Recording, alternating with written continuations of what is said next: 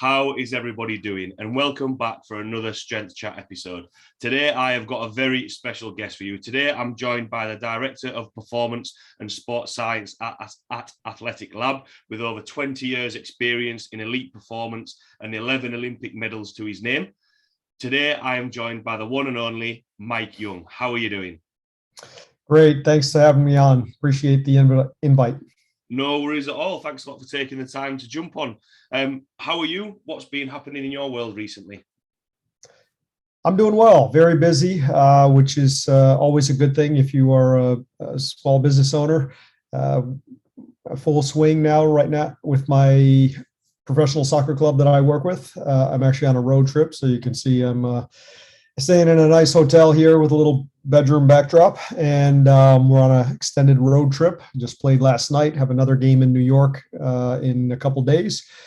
And right now is my busiest season. Some of my basketball guys are coming back from overseas, and NBA guys are joining in the group, and football guys are in their off season, so doing some prep there. My track guys are preparing for outdoor national championships, and then my soccer team is in full swing. So everybody's overlapping for about the next 2 months or so. And then at least I don't have all four groups at the same time. Yeah. Oh, cool. Plenty of things to keep you busy then and keep you occupied. How have you found? I know obviously, I mentioned this quite a lot to the coaches and athletes that I work with, and the fact that for a period of time, elite sport sort of paused for a little bit. How are you finding sort of getting back into it and the season sort of back up and running, especially with the distance traveling for away games and that sort of stuff? Well, it was obviously a little bit of a shock and a learning curve that first year. We reacted pretty quickly as a business, and then also with our pro sports teams. With this team that I work with on a daily basis, that I'm on staff for, I was handing out equipment to them to do on their own, some sending out workouts. We have a great culture, so I was pretty confident that we were going to get great compliance there, doing as much as possible and not breaking rules, and but pushing up to the limits of what could be done in terms of facility use and gatherings and so forth. We actually came back from our initial shutdown in tremendous shape, primarily because we couldn't do anything really other than develop fitness. We couldn't do organized team sport or practice. So we were just training like crazy, really. And when we came back, I thought we were quite fit. And then now this is a return to our first kind of normal season again. And it's nice to have some form of normality. The only evidence of COVID that I've seen so far is mask wearing on planes and occasional people around town. In the U.S. is largely opened up. Businesses are open. Masks are no longer mandatory. There's some restrictions on meals and so forth with pro teams, but otherwise it's good to go, and I think much needed.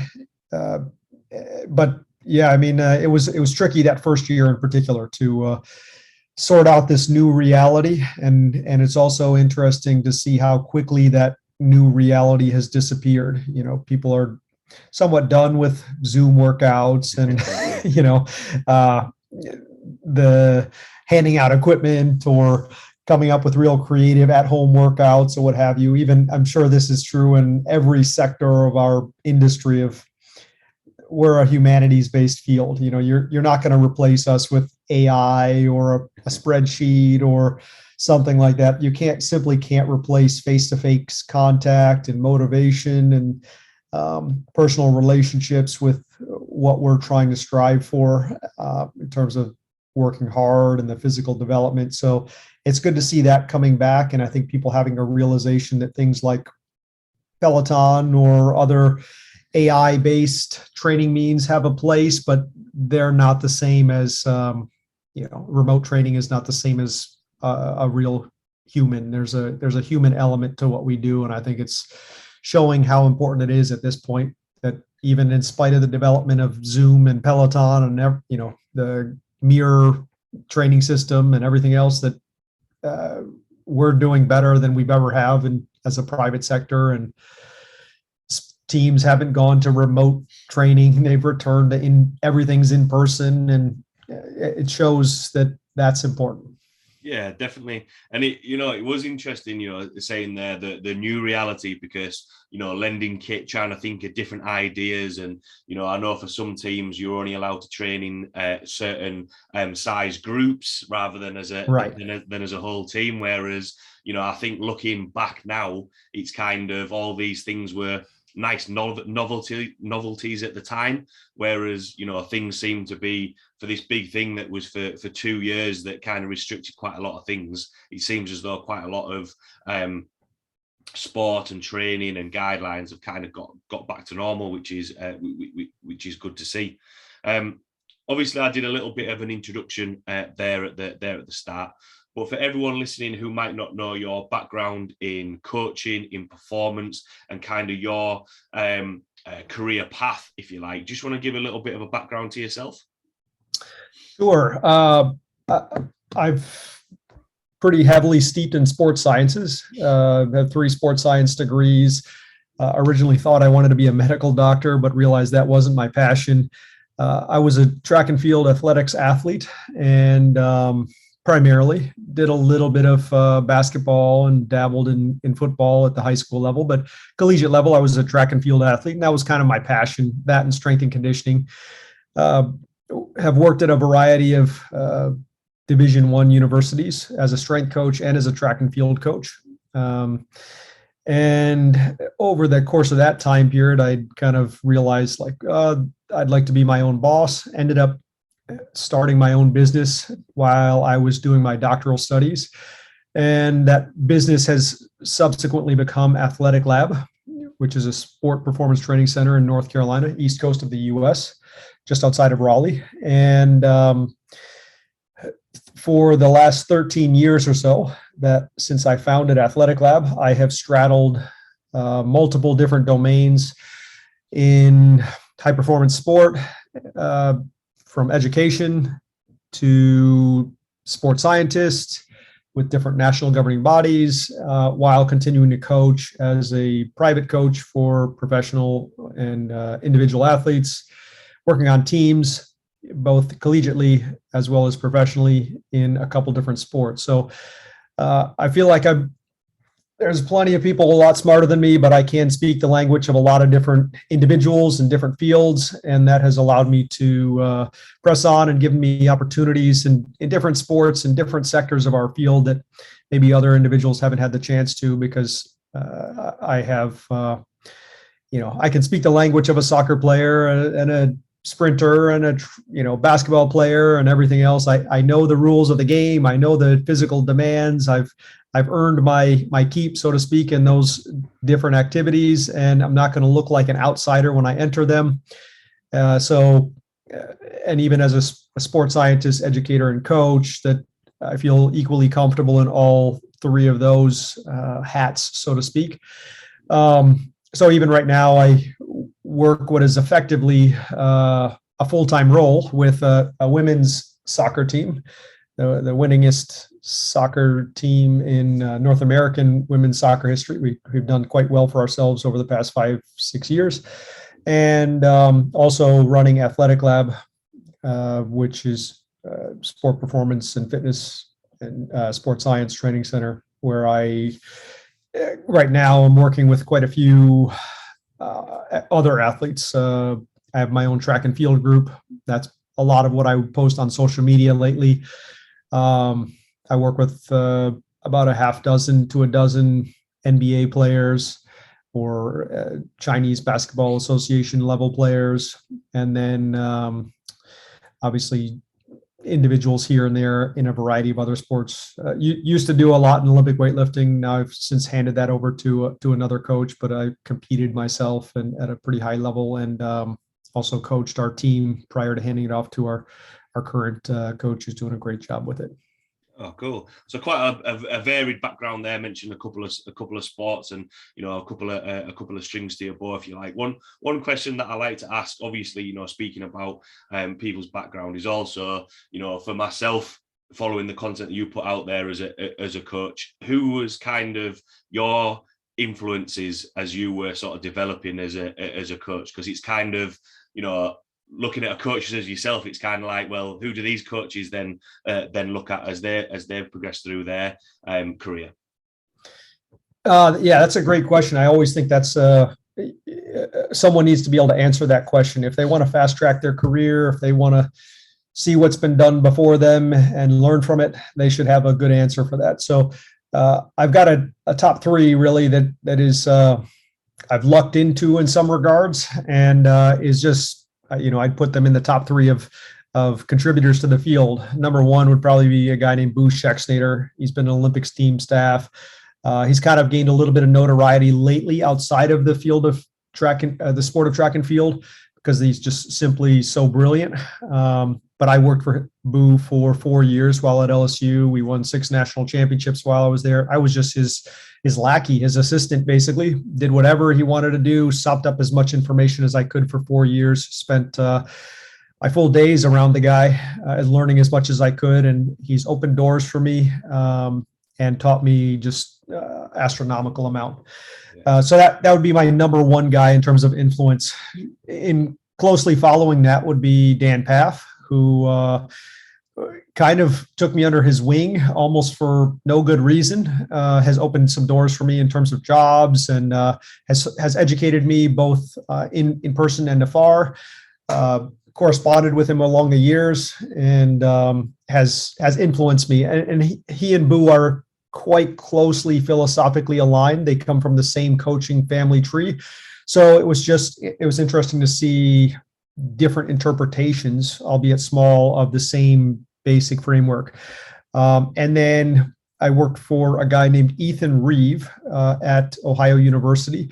He's probably not all that well known since he doesn't do social media or the speaking engagements or what have you, but he's been quite heavily influential in the strength and conditioning world, especially in the US, because he is largely credited for inventing density training, as he would call it, which has since been renamed to effectively what is a form of cluster training. And I have done some subsequent research on it, and calling it rep redistribution, which is kind of the overarching umbrella that cluster training would fall under. And I still use to a large degree his overall strength and conditioning framework, and it stood the test of time over about 25 years. I was his graduate assistant coach for just 1 year, 1.5 years, but also was an athlete under him for a year and a half prior to that. Heavily influential. He ended up becoming one of the founding members of an organization, again, which isn't too large outside of the U.S., but it's the Collegiate Strength and Conditioning Coaches Association. So it's not really well known outside of the U.S., but it is a massive organization because of our university system is so big. Their annual conference is just huge, maybe certainly bigger than like ASCA or UKSCA. As an organization, it probably has the most true strength coaches of any organization in the world, just because of our collegiate system is just a monstrosity. And he eventually became the president of that organization. So my top three guys are like a who's who of influencers in the field. And some of that is just due to me being in the right place at the right time and serendipity and lucking out. And I'm very grateful for the influence these guys have had on me. In terms of other influences, people that I really like to follow, I have become friends with Dan Baker, who is a guy who I would like to say, jokingly say, I'd like to become Dan Baker when I grow up. He's really made it as a sports scientist, as a strength coach, working with team sports, and as an educator. So the three kind of avenues of contribution to our field that one could make, and he's world class. His resume stands up on its own in any one of those sectors, as a coach, as an educator, and as a researcher. So I like that kind of mold, and even stepping back, I think that I'll look at guys outside of our field, people who I've never met before.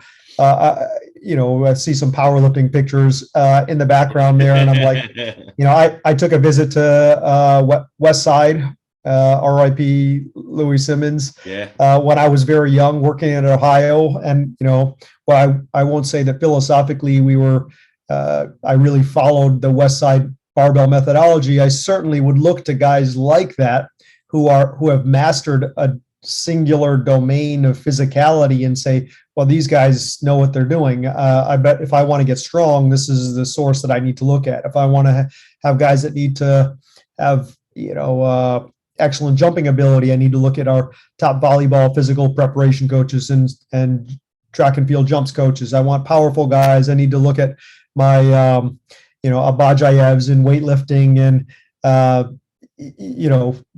people like that, where they've really mastered the development of different physical qualities. And the sports that I work with now are increasingly hybrid type sports where you need a little bit of everything. You're not a one trick pony type of thing, but I think it's important to understand what you need to do to really fully maximize these capacities. And then you can start to blend them together, see how the logistics can work together. So I like to look at other different fields, and in that regards, I've got a lot of guys that I would say have influenced me in some way. But big three are guys that I would have over to my house, maybe throw Dan Baker in there, and then a lot of other guys that are just Vern Gambetta, Louis Simmons, guys that are Mike Boyles, who are just preceded maybe by 5-10 years or 20 years, whatever, and laid the groundwork for us to do what we do, who I think need a lot of respect and should be recognized for what we're currently doing as well.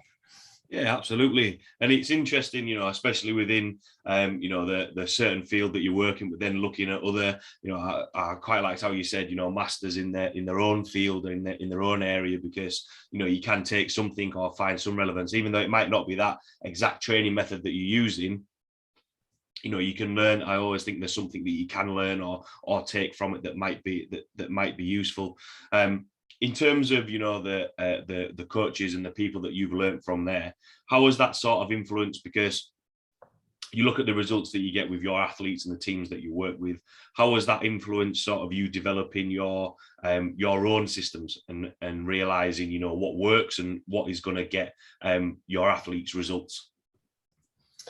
Well, I'm cautious to say that have invented very much, but what I feel like I do quite well is take information in, put it through a filter, and assimilate and aggregate really well. So I remember 25 years ago when I was kind of first getting into coaching that, if I wanted to find out some Norwegian or Russian information, I might have to ask for some kind of library share and send a letter asking for them to send me a Xerox copy of a chapter of a book or something like that. So at the time, it was quite difficult to get some of this information.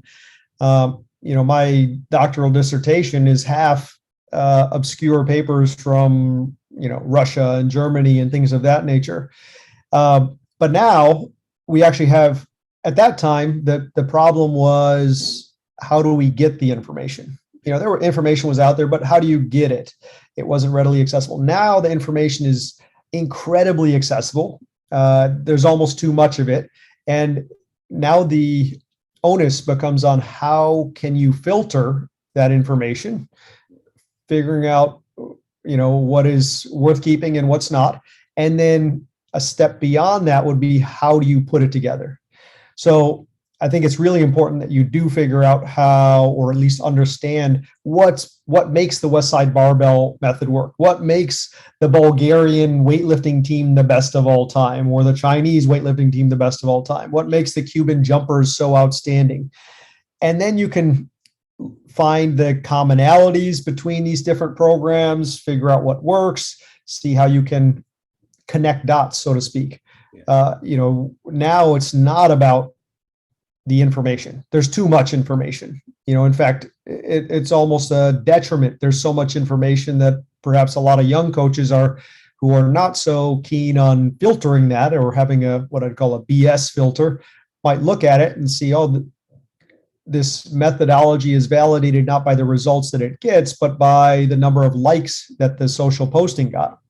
And that's no fault of the young coach, but it is unfortunate, because that's not the criterion that we should be basing the effectiveness of training. And there's a tendency to think that things that are flashier or newer are better and an improvement. And similarly, a tendency to look at things that have been done 20, 30, 40 years ago and say, oh, that's old school and it's not effective. And the reality, I believe, is that in the span of time, we've been doing this, certainly there is massive development, and that development and understanding, especially of the physiology, is exponential. But we're working in a field where much of this stuff has been done for some time. And while it hasn't been research validated up until recently, or invalidated as the case might be, what we are seeing is that the methods that individuals had been using 20 to 30 years ago have stood the test of time. So really, when I look at a lot of methods, my first inclination is to believe that they might actually be effective if they're something that is, say, old school, quote unquote, because they have stood the test of time. They wouldn't, there's, for example, a inclination now to think maybe let's not back squat or bench press or something of that nature, because it's single plane, it's a barbell, it's heavy, it's slow, etc. And you look at the champions of practically every sport up until the past 10 years, and you're like, wow, they all did this. Whether you're a bodybuilder, you're a power lifter, you're a track and field athlete, you're a American football player, it doesn't matter. They did these things. So instead of it being old school and throwing it out in the trash, you need to look at it and go, this isn't old school. This is something that has stood the test of time. Yeah. The only reason it is considered old is because it was never proven to be ineffective. Yeah. So, that's kind of like a little word of caution. When I look at things, I'm hypercritical of new things, but also incredibly open-minded. But when I see things that are like older, kind of less sexy, that have been around for a long time, my initial inclination is actually to give it the credit that it's due. I like to think about bodybuilders. Bodybuilders were probably the first amateur scientists in this field, long before the field of sports scientists ever existed, right? They figured out high protein intake and steroids worked. They figured out certain rep ranges and loading schemes and splits of body part training for hypertrophy long before the research that validated it ever came about. They were literally just experimenting on themselves. And, I think most of their methods have been validated in the passing of time, and they're not old school. They are proven. They figured it out early.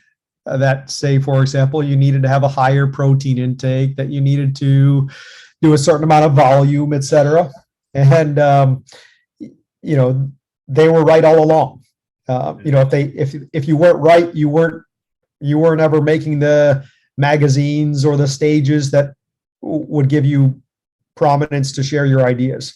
So it is really interesting to see how that works, and what we're up against now, that information sharing, including crap information, is really the limiter right now to progress.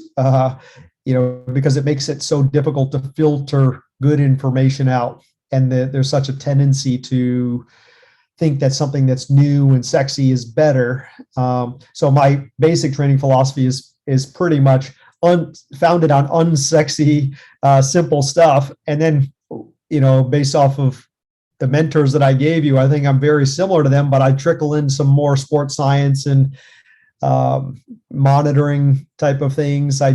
There's some things on eccentric training and velocity based training that just simply didn't exist when those guys were really at the height of their careers. And but I would almost consider that like icing on the cake. My cake is pretty dang similar to all those guys that I mentioned, and I'm just taking an iterative evolution rather than just trying to reinvent something myself. Yeah, definitely. I thought that was a good talking point in terms of, in the past it was trying to get that information, whereas now, it made me laugh when or smile when you mentioned about how many likes is this going to get as opposed to what the results is it going to get, because it is that case of, you can type in coach or or whatever it is or performance on Instagram, and there'll be loads of things that come up, and there is a lot of information out there. And I think sometimes, especially as younger coaches and potentially athletes, can look at something and think, oh, that must be different, so different must mean sexier or better or give that a go, as opposed to those things that might have been done in the past, but then sort of the research side of things is catching up and being like, oh, do you know what, actually, the results on the track or the platform or the field, we're using this, and then the research is just supporting that.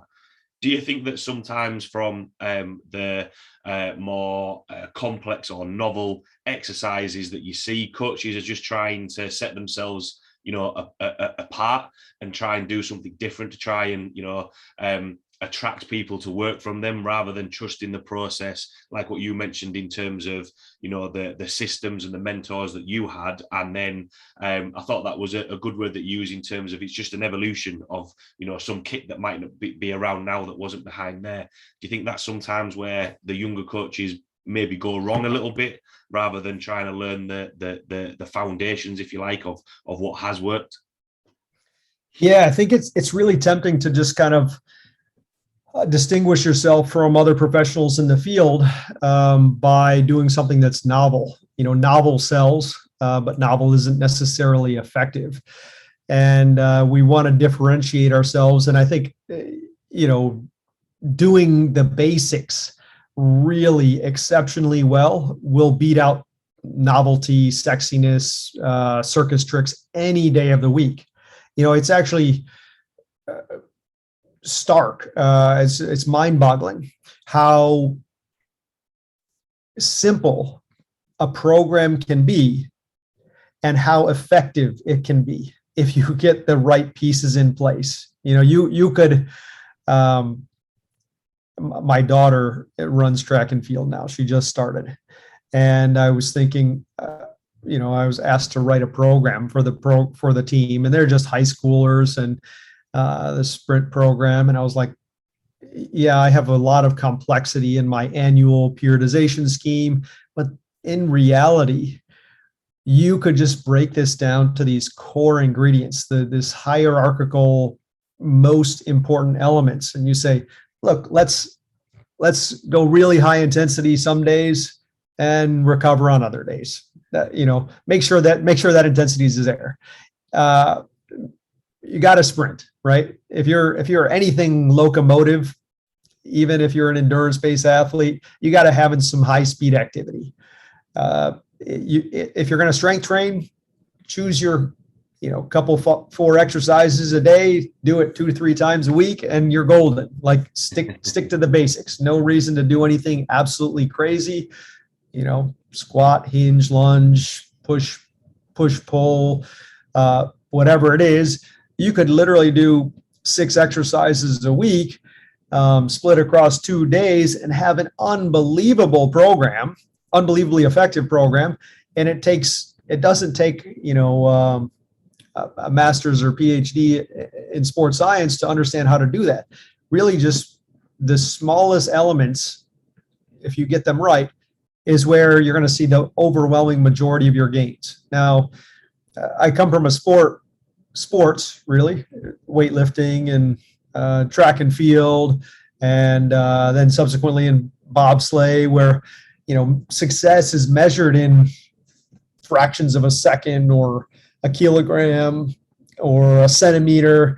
And in these sports, what you see is like, yes, you can get to 90th percentile of your talent or your progress with really, really simple, basic stuff. And in most sports, that's going to be more than enough, right? Because there's such a high tactical element. You got teammates and so forth. You might not want to spend the extra time to really max out your physicality. But when you work in these other sports, these centimeters, kilogram,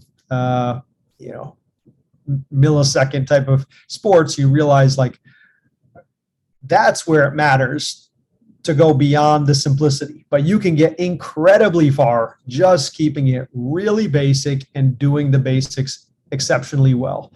You do that well, and you're going to beat almost everybody.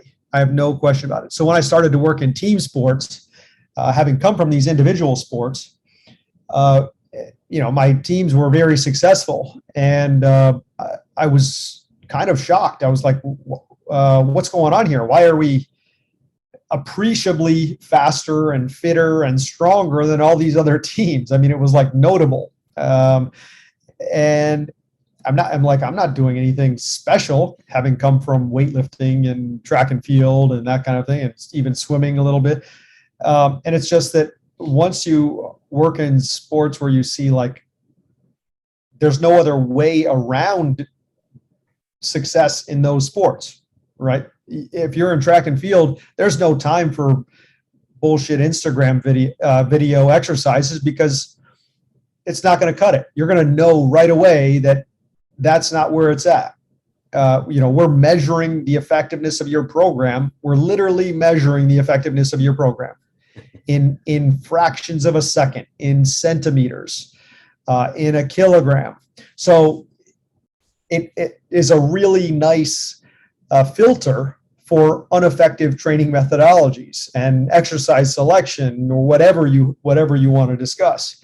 They just don't make it in those sports. They might dabble in and dabble out, but they'll never become the meat of your training, because those competitors will never succeed. So that's kind of the testing block, if you will. I think to see, if you start to see things that these sports who really are looking for the absolute tip of the iceberg performance in a given physical quality, if they're not doing it, but you might want to reflect on why that's the case. Because if it was really effective, they would probably be doing it. Yeah. And conversely, you could be doing these BS methodology or poor exercise selection, thinking you're being effective, but not really having any measuring stick, so to speak, to determine one way or the other whether it is or not. But the people who don't do what you're doing. Yeah. So it's I think it again goes back to that idea of like, let's look at who's mastered development of these physical qualities. Obviously, if you work in team sports or whatever, you have to put that in the context of all the other conflicting demands. But that's a really good starting point, I think, of figuring out what is effective to the people who are the best in the world, and not an N of one, but multiple. What do the leaders in that sport do? Not just one guy, but what's done across the sport. Are they regularly squatting or Olympic lifting or sprinting, or what do they do for jump training? And that's where we should probably start, right? Like, they're choosing the most effective things, because if they didn't, they'd be out of that sport. Yeah, absolutely. It goes back to at the start when you mentioned, actually when you trim it back a little bit, these are the main things. You can go a long way in terms of that. Yes, there might be other things that you add to it, but for whatever coaches you're looking at, going back to, right at the start of the chat when we were talking about sort of your mentors and people that influence your coaching, what were they doing? What were they doing? Which is like, right, okay, so that's got to work. That's kind of sort of your meat, if you like, or your bread and butter that is you know that's going to work. On the flip side of that, obviously we've spoken about, you know, the BS exercises, things that are coming in and changing. And you mentioned there about, you know, there might be some more complex programming or considerations that we do later down the line. What's been your experience of when do you add in something a little bit more complex? Is it always needed, or sometimes do you just throw it in there as a little bit of an experiment? Because there is that thing of certain things will get you so far, and then it's a case of, right, how do we then transition that or loop it around? How many times do we sort of rinse and repeat, if you like, before we start adding in some other things? What's kind of been your experience of that? Is that always needed, or has your experience been, look, I know what works and this is what happens? So it's a little bit of both. So I'm actually very cognizant of many of these issues. So on my Instagram feed in particular, can mostly post about what I do with the track and field athletes. I can't really post too much about what I do with the NBA pro level basketball guys. I can't really post too much about what I do with the pro soccer teams. And in some ways, I think that might misrepresent. I'm always concerned that it misrepresents my training philosophy or what I do on the regular. These track and field athletes are very high level. They train with me 20 hours a week. They have all been with me as of this year, 3+ years. Before that, they were training for track and field for, on average, about 8 years, at least 8 to 10 years. So and they're all at least national, in some cases, international class track and field athletes. So by every measure, these are very advanced athletes. And I've had 3 years, in some cases longer, to actually progress them to some of the things that I'm doing.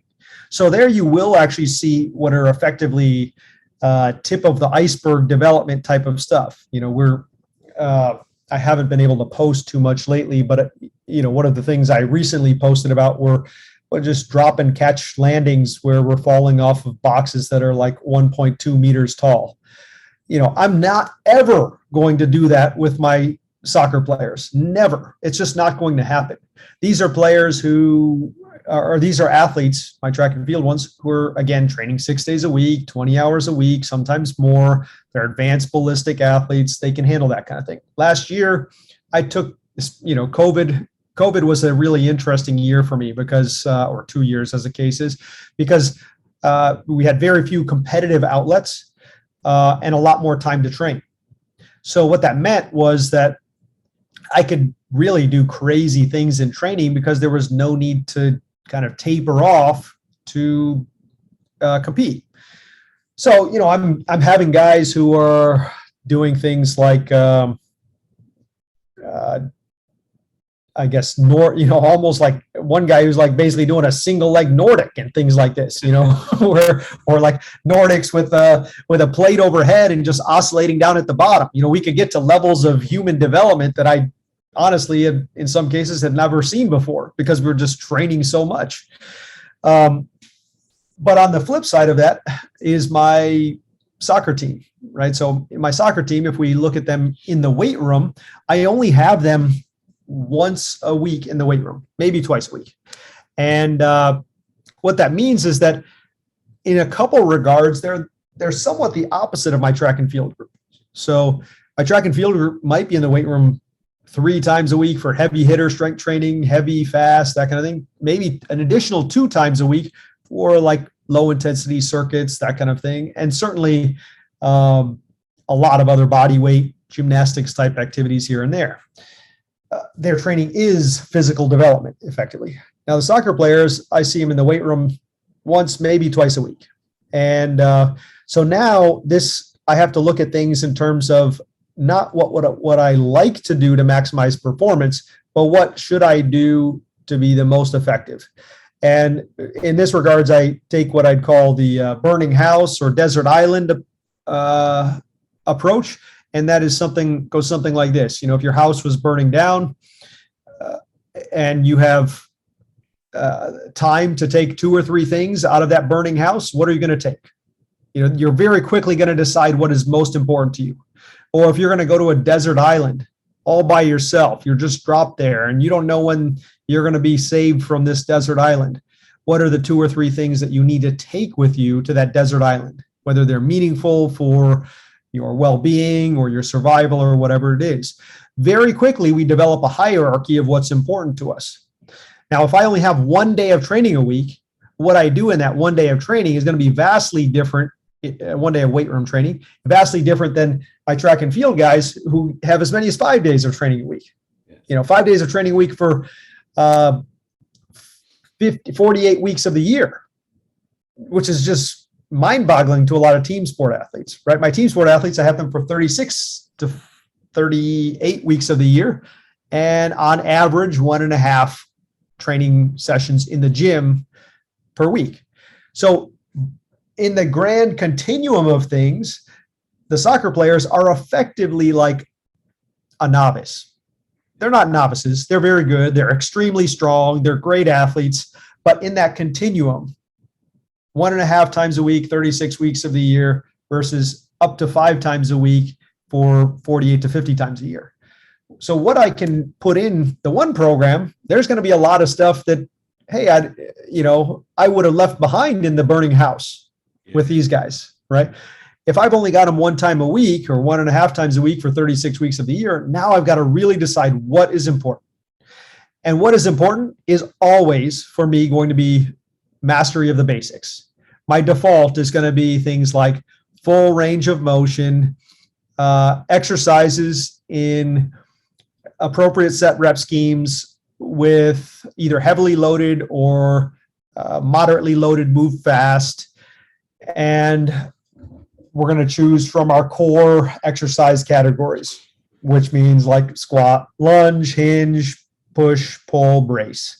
And there's not going to be like any isolation exercise in there. There's probably not going to be anything that looks super great for Instagram, but that's where we've got to start, because that's the foundation of the program. Even when I put in the sexy stuff, it doesn't even displace the foundational work. It's just added on top of it. So I think that the foundational stuff is foundational. It doesn't change. It doesn't come out of the program. It is my desert island stuff. Year round, my track and field athletes barbell back squat at least once a week, all year long. Almost all the time, that is a full range of motion. Not always, but almost all the time, that's full range of motion using loads of like right now 75+%, but that's only because I have a really strong group. We took those last 3 years and got insanely strong. I've got, had a guy last year go 3.2 times body weight on a full depth unassisted squat at about 80 kilos. So, these are guys who are strong and strength is no longer the limiter. So we've actually dropped the percentage loading a little bit and emphasized moving quickly or some partials a little bit more than I otherwise would have. But again, we never deviate too much from the foundational work, that what is effectively the unsexy stuff. But if I've only got them just the 1 time a week, then that's where we start. And we only trickle in the other stuff when there's time for it, which might be in the off season. In their off season plan, we've got maybe 3 times a week of training in the gym. So we can put in some other fun stuff. But if we're only in there 1 time a week and I've only got them for 50 minutes to an hour, I don't have time for fluff. Yeah. I've got to make the absolute best use of those 50 to 60 minutes as I can. And if I don't, then it's going to show really quickly, because there's not a lot of time to waste in there. It is a desert island, and I've got to pick my 3 things that I've got to take with me. There was quite a lot of things, sort of other questions sort of spinning off my head from there, and a lot of things that I completely agree with. The last statement that you said there, I don't have time for fluff. Actually, one of the coaches that I did an internship with said the exact same thing. It's kind of like, look, we need, if we've only got time, because I think that's one thing that sometimes people forget, that especially at the elite level, you might only have a certain amount of time with them. Like what you've said, it might be that one session a week, but then that one session a week might be dictated by the head coach if they've got games or anything like that, and you throw all these other things into the mix. And I think that's a useful tool, because it's got to be, horses for courses. I know obviously we talk about, physical preparation and, strength and power and speed and all those sorts of things, but ultimately it's got to come down to, exactly like what you said, the time that you've got with those athletes, and, what do you need to put in? What do you need to get them to do what they want to do, whether it's in the gym or whether it's out on the track.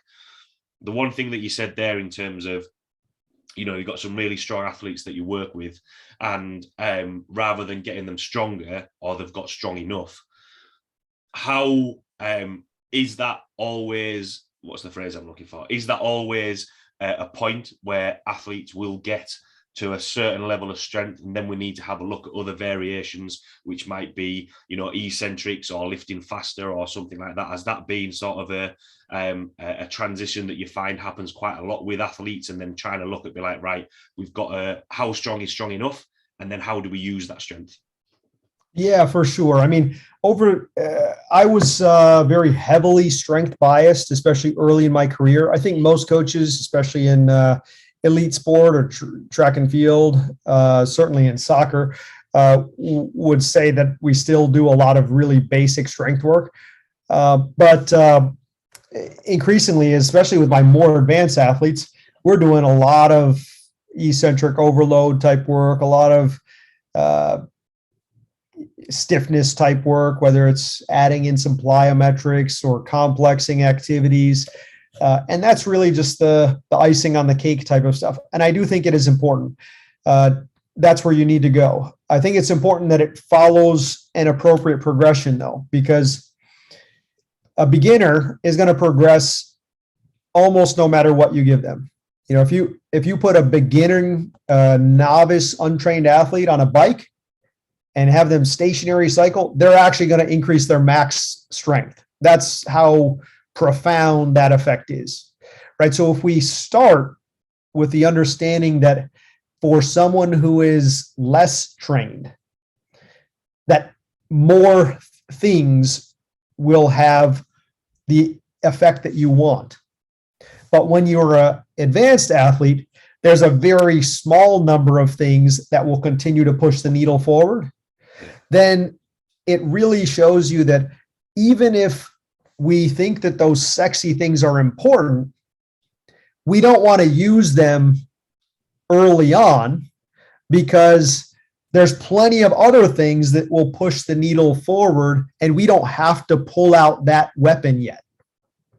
So if strength is a good example. Strength is what I'd call a foundational quality for power, and even to some extent on speed. If you want to be powerful, the research is overwhelming that strength is going to help. In fact, everything that I've seen indicates that in an untrained individual, all the way up through a lowly trained individual, including young athletes, if you get stronger, like you improve your max strength, you will improve your power more than training power by itself, which is one of these ones where you're recognizing, like, wow, this seemingly defies the concept of specificity, right? We can improve power more by training strength than by training power if strength is not developed. So, but that relationship only exists up to a certain point. And then we have to move on and shift to higher velocity, greater eccentric, greater stiffness type of things. But if we haven't spent the time to develop strength, then we've skipped a stage. And now if we want to add strength in, yes, it will be effective later on in an athlete's career, but it was not, we've already kind of shot that bullet, so to speak. We can't put it back in the gun anymore and use that weapon with the same level of effectiveness if we would have early on in an athlete's career. Meanwhile, if we started a novice athlete out with really crazy plyometric type work and overloaded eccentrics and that kind of thing, where do you progress from? Yeah. Right. So if I just gave the example of my track and field athletes, and I have them doing depth drops off of 1.2 meter boxes. What if we started with that, and surely anyone could fall off a box. It's not like the task of falling off a box isn't that hard. It's a task of catching yourself safely that's hard. But if we fall off a box, and that's where we start on cycle one, how do you progress that? Are you going to fall from a 2 meter box a couple years down the line? It's just ludicrous. So we start with the things that are safer, that are foundational, and then we can add in these things that will only have maximal effectiveness once we've developed the things that are more foundational, like strength. The bar for strength development, where we need to shift, is higher than a lot of coaches think. But in my experience, is relatively easy to develop. I think strength to get someone to a full range, not ass to grass, but say a full range, slightly below parallel, unassisted barbell back squat in the range of about 2 times body weight for men and maybe 1.5 for women is not that hard to do. People talk about it like you're going to have to waste all kinds of time for it. It's just seems like it's relatively simple to get someone there. And I don't think it has to be a thing where you have to exclude other forms of training in the pursuit of those levels of strength. The impact on jumping and early phase acceleration for having roughly that level of strength, somewhere in that two times body weight for men, 1.5 for women. On jumping, early phase acceleration, even change in direction is conclusive. Like it is, in some cases, an almost direct correlate. You improve your 1 rep max strength on the back squat, you're improving your early phase acceleration over 10 and 20 meters almost linearly. Like one goes up, the other one comes down. It's crazy. You might as well just train your sprinters as squatters for their first year or so of their development, early on. So we got to develop these foundational qualities, get them to a reasonably high level, and then ideally we keep it there as we move on to other tasks, other physical development. Yeah, absolutely. The main thing that you said there is if you start, at this progression, what's the next progression from there? And I think that's as daft as it sounds, that's a concept when it comes to not necessarily from the athlete's point of view, from a coach's point of view of, progressions are there for a reason. There's a reason why you need to tick off this box before you can move to the next one. I always think about it as like unlocking levels on a computer game. You need to work through it and sort of I don't know whether earn your stripes is the right word, but see that those athletes can do that, and then you can progress from there, rather than because as well there's probably an element if you do start at this other progression, they might not be able to have that load on their body, they might not be able to cope with it, whereas a constant theme throughout the chat has been, it has to be effective. It has to result in, better performance on the track or the field. And if we're starting and throwing all these things out there, it can be more of a hindrance to the athlete than actually, being effective. And I think the analogy of, the burning house and the desert island is a really good concept, because I think, we can get caught up, like what you mentioned before, about not being able to filter out all this information. We've touched on, quite a lot of the training side of things and systems and philosophies and progression training. One thing that I kind of wanted to touch on, as you've been balancing working with athletes and the teams that you've been working with, how have you sort of balance that with keeping on top of the network that you've got in terms of the coaches that you work with, as well as running a business side of thing?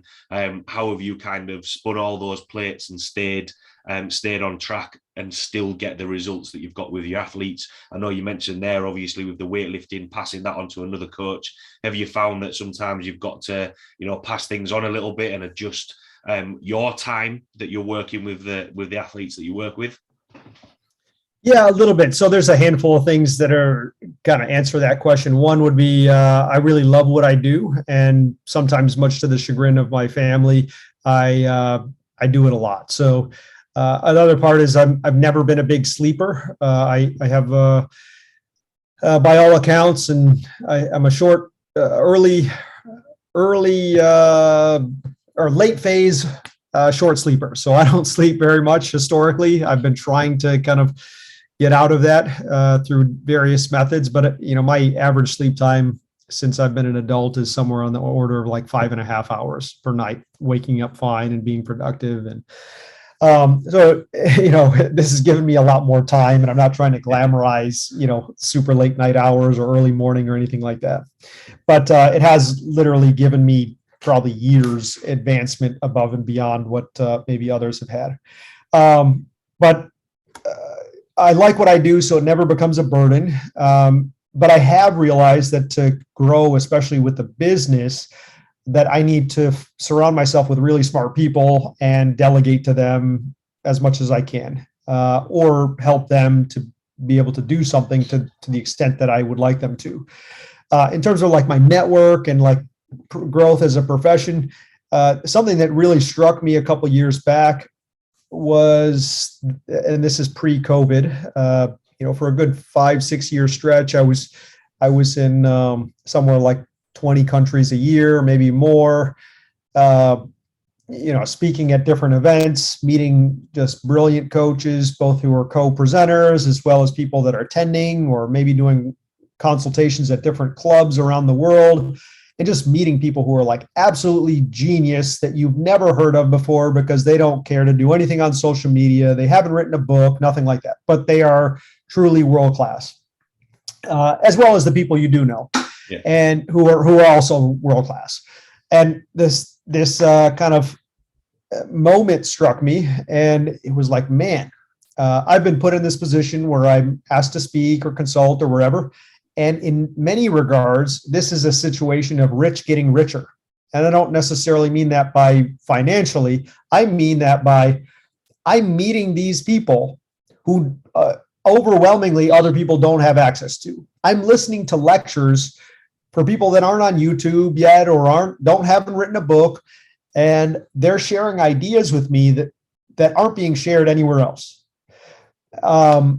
So I'm getting this information from the source of these top researchers, top coaches, oftentimes that isn't shared in the unfiltered domain of social media.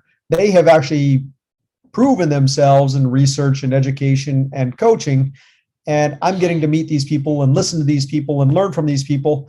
And what actually became a thing was I would go away and then I would come back to my staff and say, hey, I spoke at this event. I also listened to these presenters, and here's what they taught about.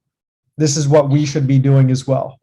So it became a thing where just like the wealthiest individuals in the world just tend to get wealthier and wealthier, right? Because they have the money and disposable income to just keep investing in things that will then subsequently make them more wealthy.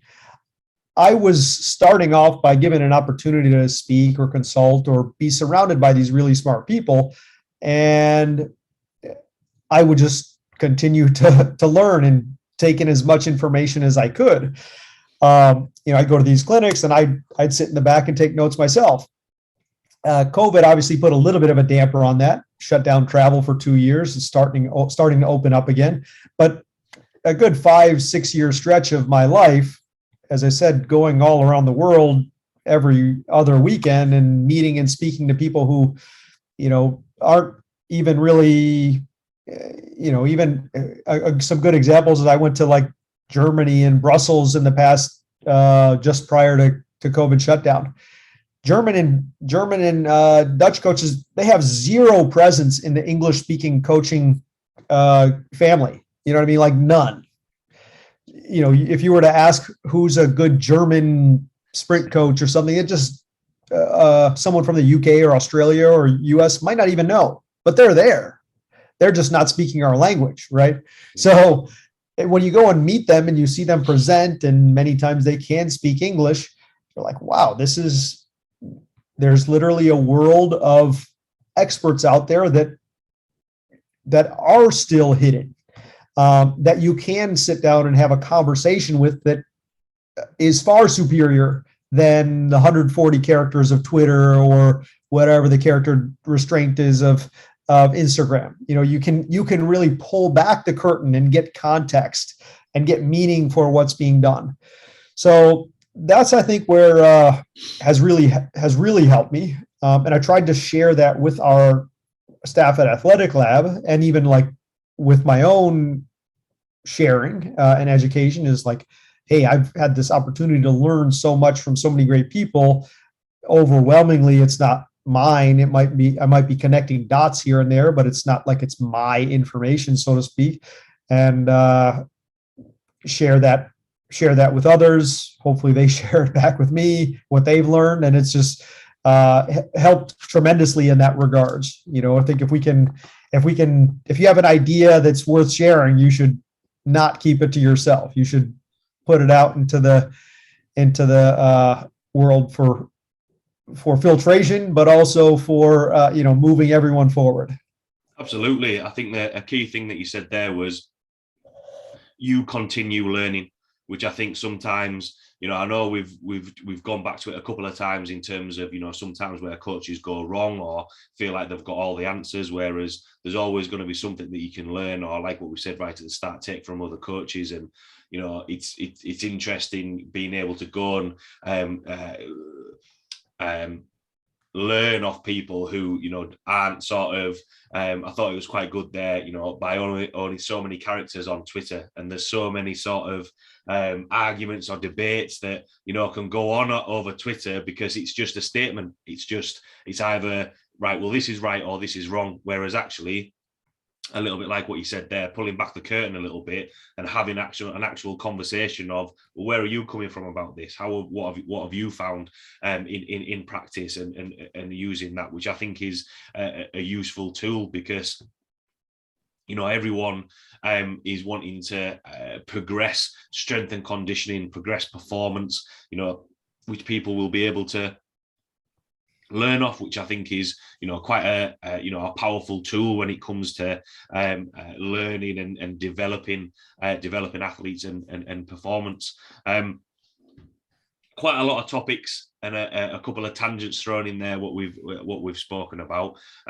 Thanks a lot for taking the time to jump on, Mike. Really enjoyed chatting with you and your thoughts on training and coaching. And the last question that I like to ask is, from everything that we've chatted about there, what would be your take-home points or words of wisdom for everyone listening? I would say start with the most open-minded stance you could possibly take, but simultaneously be as critical-minded as you can possibly believe, right? So we want to be open. Everything should be open for consideration, but you should be willing to critique everything, including yourself and your mentors and everything else that you've seen, certainly everything that you see on social media. And if you do that, I think we have the foundation for developing a coaching philosophy, a scientific method that is evidence-based and field-proven, that will continue to evolve over time, right? You will never be outdated. You will never be old school in the bad connotation of that term, because you will always evolve. If you are open-minded enough to recognize that, squatting is good or squatting is bad, whichever side of the philosophy it is that you currently stand on. But there's some context for that maybe heavy squatting isn't good for someone, or isn't the best method for someone that already has a 3 times body weight squat, but maybe it is really good for someone who's weak. That partial range is okay, but also the default should maybe be full range, that you're just have this kind of open-mindedness, that we're never looking at things as black and white or dogmatically choosing a side, because physiology doesn't work like that. Adaptations don't work like that. Humanity's relationships do not work like that. So, we just have to be very careful with what we're seeing, because it's, the algorithms, the influencers, all of this are basically designed to short circuit this entire effect, right? They want you to be, they want to propose something that is dogmatic and one-sided and confrontational and stirring up emotion, whether good or bad.